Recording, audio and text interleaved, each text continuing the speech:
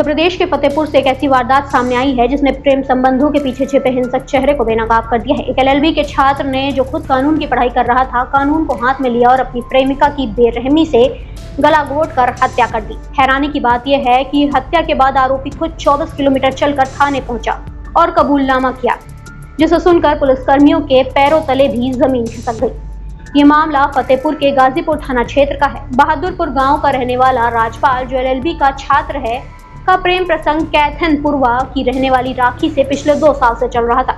शुक्रवार सुबह राजपाल ने अपने ही घर में राखी के रुपट्टे से उसका गला घोटकर हत्या कर दी।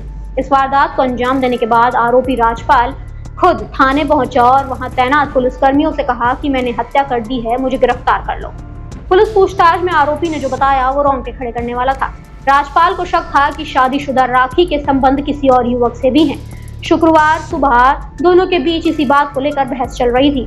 आरोपी ने कबूला कि जब उसने इस बात का विरोध किया तो राखी ने उसे रेप केस में फंसाने की धमकी तक दे डाली, जिसके बाद उसे गुस्सा आया और उसने कहा कि मैं रेप केस में नहीं बल्कि मर्डर केस में जाना पसंद करूंगा।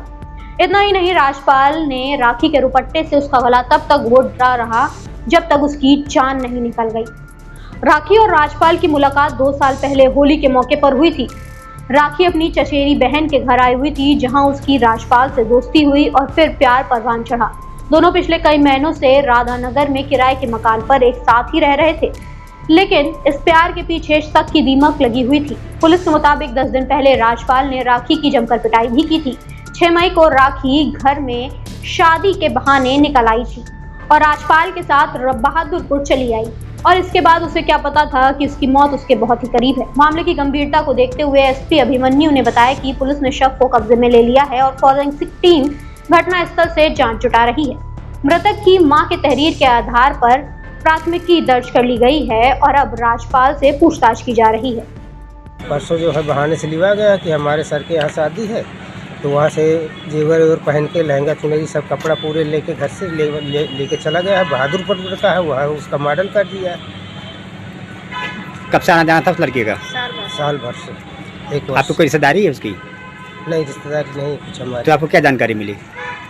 हमको जानकारी यही मिली कि वहाँ मतलब बाद में सूचना मिली कि उसका मॉडल हो गया है। लड़की रहने वाली तो है कैथनपुर के, ब्याही थी वो वहाँ नएपुरवा में। नएपुरवा से वो छूटा हो गया, वहाँ से फिर ये प्रेम प्रसंग में जो है ये लेके चला गया।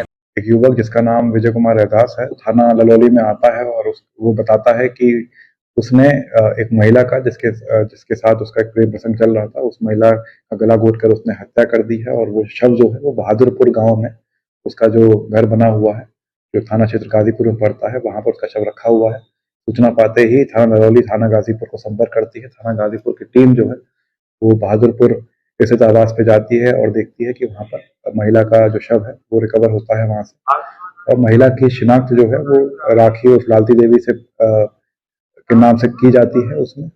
और ये महिला पूर्व विवाहित थी, अपने पूर्व पति के साथ अलग रह रही थी काफी लंबे समय से, और इसका प्रेम प्रसंग इसके साथ चल रहा था, इस युवक के साथ चल रहा था।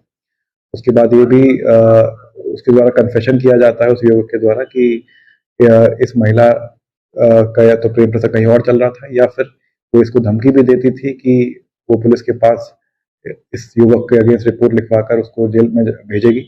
तो इसी बातों को के बीच में जो वाद विवाद हुआ था, इसी में ये पूरी घटना इसमें कारित हुई है। अभी बॉडी को पोस्टमार्टम के लिए भिजवा दिया गया है। परिजनों की तहरीर पर मुकदमा पंजीकृत कर लिया गया है और जो युवक है वो थाना गाजीपुर की हिरासत में है।